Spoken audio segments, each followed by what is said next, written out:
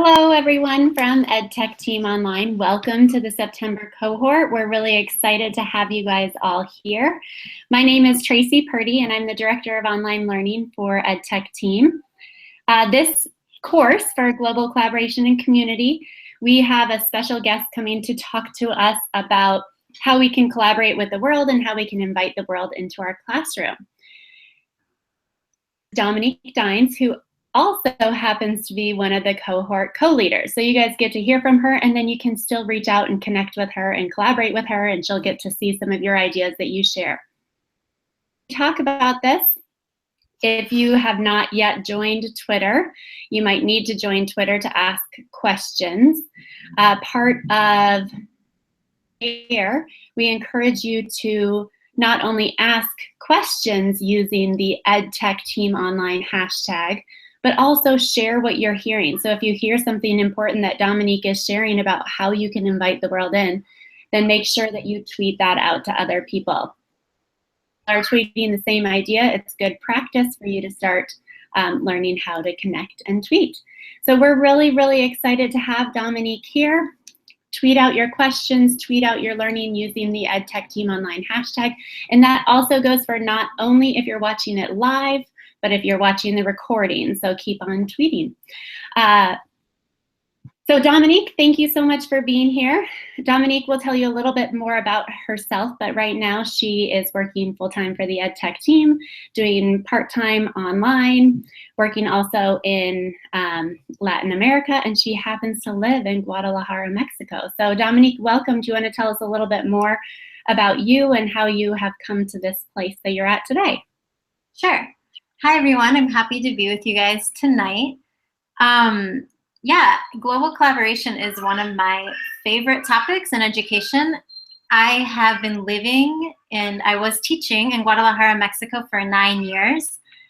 And being part of the international teaching community, I found a lot of awesome opportunities to get connected with people around the globe. And so I love sharing with teachers tips and tricks of ways that you can also start getting involved and getting connected with other classrooms and educators around the world. It's a great opportunity to really grow your PLN and just grow as an educator as you learn from others. Awesome. So our biggest focus for this first unit on global collaboration and community is learning how as an educator to become connected. So starting to join those, join Twitter and get involved with some Google Plus community so you can learn how to be a connected educator.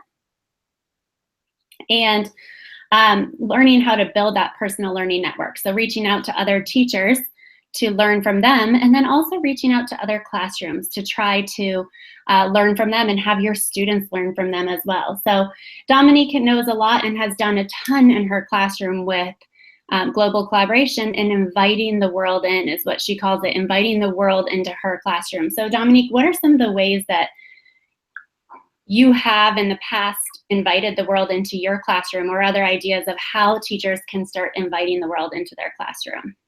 Yeah, one of the biggest questions, and I find hurdles that a lot of teachers have as we get started trying to invite people in to our classrooms, is where to look for those connections.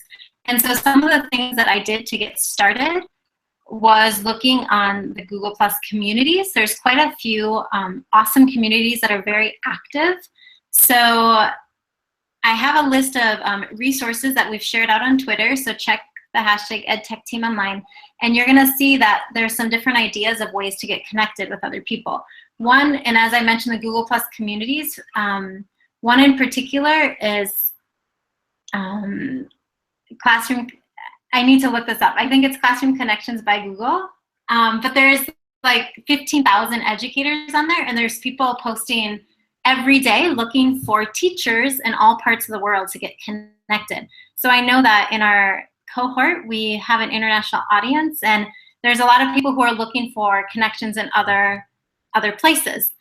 So we use Google Plus communities to get started. Also just using Twitter and just learning how to use that tool and look for different hashtags for global connections is a great way to get started.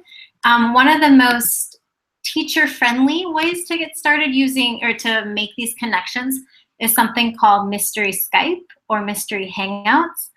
And that's actually a hashtag you can search for in Twitter, Mystery Skype, and then also Mystery Hangouts. And there's also communities on Google Plus with both of those titles, Mystery Skype and Mystery Hangouts. And what's awesome about that is it's hardly any setup for a teacher. You just get connected with another teacher who's looking for a similar connection. And all you do is like a 20-question game asking back and forth about your geography and where you are. So it's a really easy way to start a connection, which can then turn into a year-long program or a year-long sort of connection if that's what you're interested in. So those are a couple ideas included. And also, I do see it is on the document. If you're looking at the resources, I see we have a few people on the document. It's Connected Classrooms Workshop. That's the Google Plus community with, I think it's close now to 20,000 educators. So if you click on that, you're gonna, you can request to join that community or that group, and you're gonna find a ton of people who are willing and looking for global collaboration. So is that a good start, Tracy? What was that? Sorry, that last part cut out. Okay. I said, was that a good start for how to get connected? Yeah, for sure. That's really awesome to know about those communities, especially as we are starting to build our own Google Plus community. So starting with your connections within the cohort, we do have a global audience in our cohort. So reaching out to them to get connected and maybe try that mystery Skype with them or that mystery hangout with them. And the Connected Classrooms workshop, is that connected to also the Google Connected Classrooms? Yes. Virtual field trips, which is awesome too, to invite the world in as far as Aquarium. You can go to the Seattle Aquarium from your classroom by joining Hangouts with other classes around the world to learn about it. And that's bringing those specialists and those people into your room to help you get connected. That's awesome. So those are definitely some good ways to get started. It looks like you also have lots of great links in there, Dominique, that just will help people get started. So if they want to know about a mystery call and what it looks like, and see the examples from your classroom of your students doing that. So that's really great. So thinking about this, making those connections, going through Google Connected Classrooms workshop or collaborating with the world, why should we be doing this? Why is it important? Yeah. No, I love that question, because in the world we live in today, we know that information is at our fingertips right now. And a lot of the stuff that we teach in the classroom from a textbook can become outdated or maybe not as alive for students as we're studying different regions of the world or different themes, you know, even comparing cultures and things.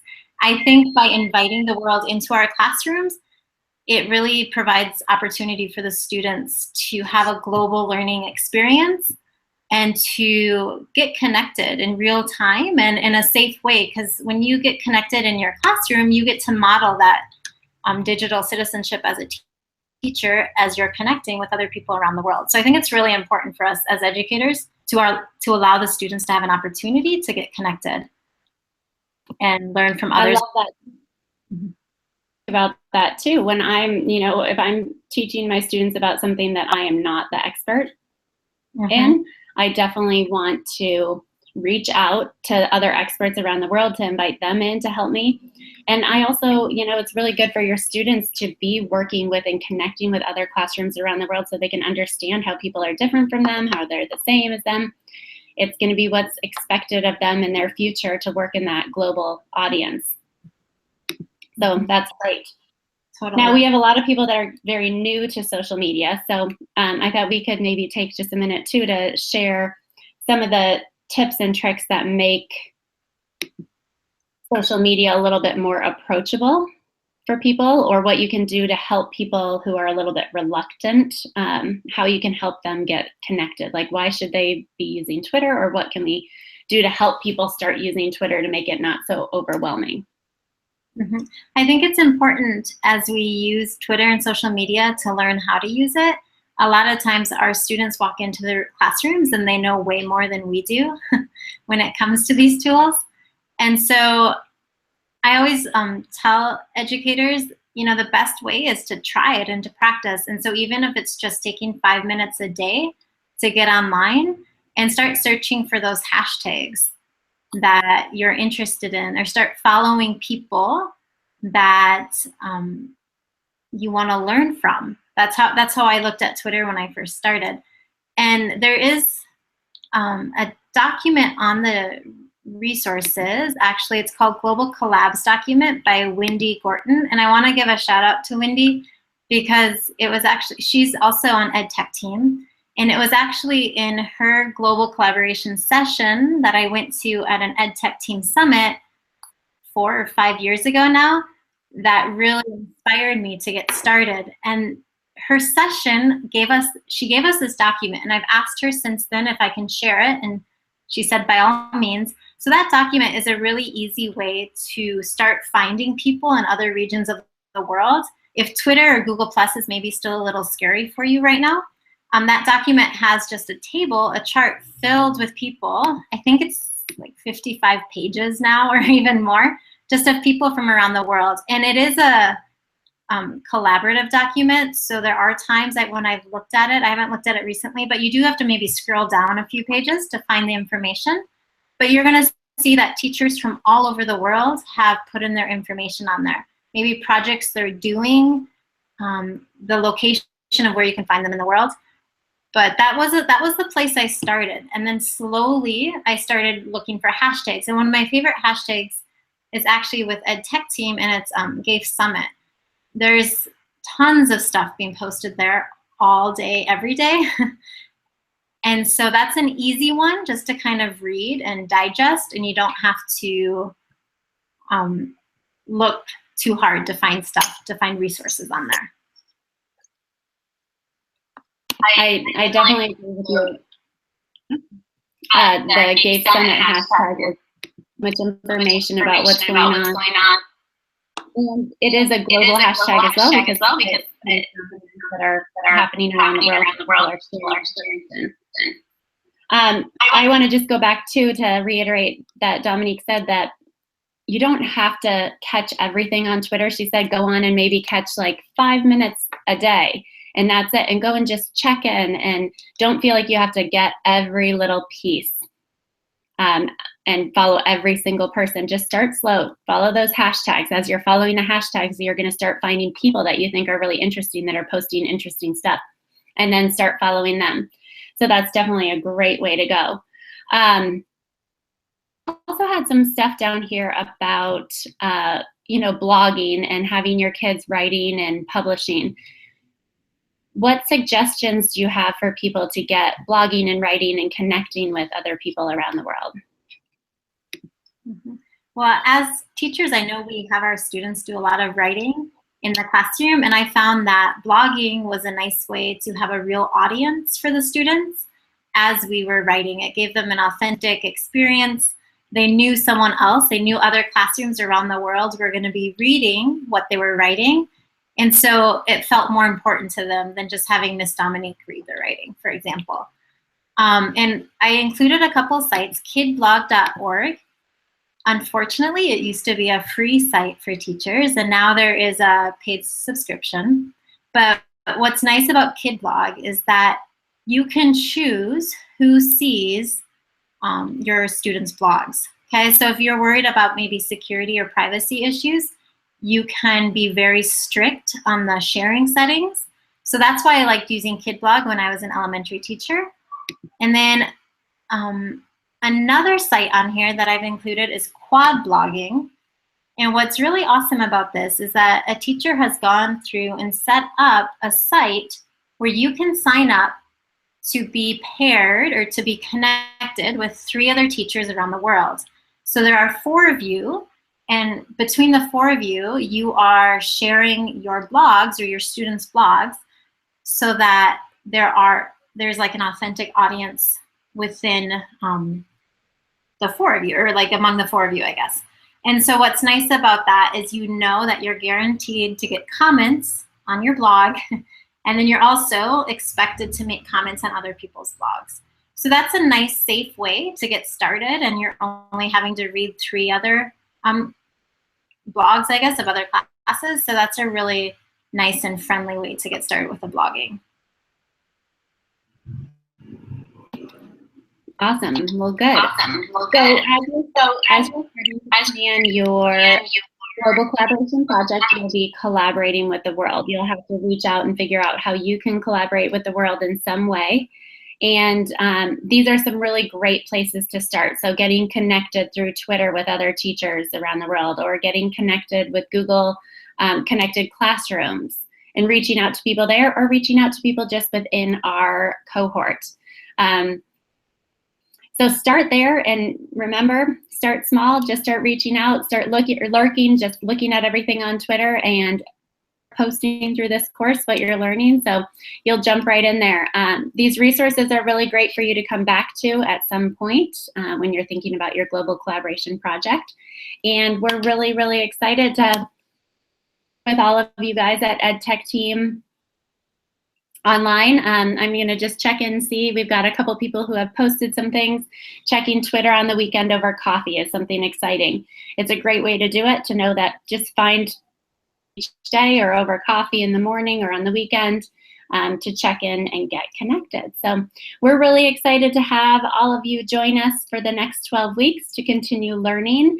Dominique, do you have any other thoughts about building or connecting with other people? Any advice for people that are getting connected for the first time? Yeah, one other thing I wanted to mention is that as a lot of us might be starting with social media or starting to look for those hashtags in the Google Plus communities, just also don't be afraid to share. I know when I started using Twitter, I was really afraid to share my own things because I didn't know if it was good enough, or I wasn't as confident maybe in the beginning, but it really is a community and it's a way to grow together. So it's important not only to see what other people are posting, but feel free to share. We want to learn together and just hear all the awesome things that are happening around the world.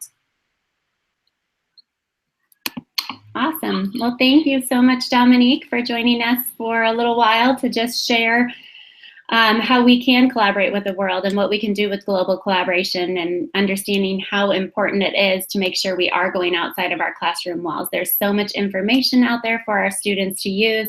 It's really, really important for them to start education where they're not just learning from the one teacher that's standing in the front of their classroom, but from the world that's around them. So thank you everybody for watching, and we look forward to seeing you in another Hangout on Air soon. Reach out to us if you have any questions, and keep on tweeting using that EdTech Team Online hashtag. So thank you, Dominique, so much. Yep, thank you, Tracy. Yep. All right, good night or good morning, everyone. We'll talk to you soon.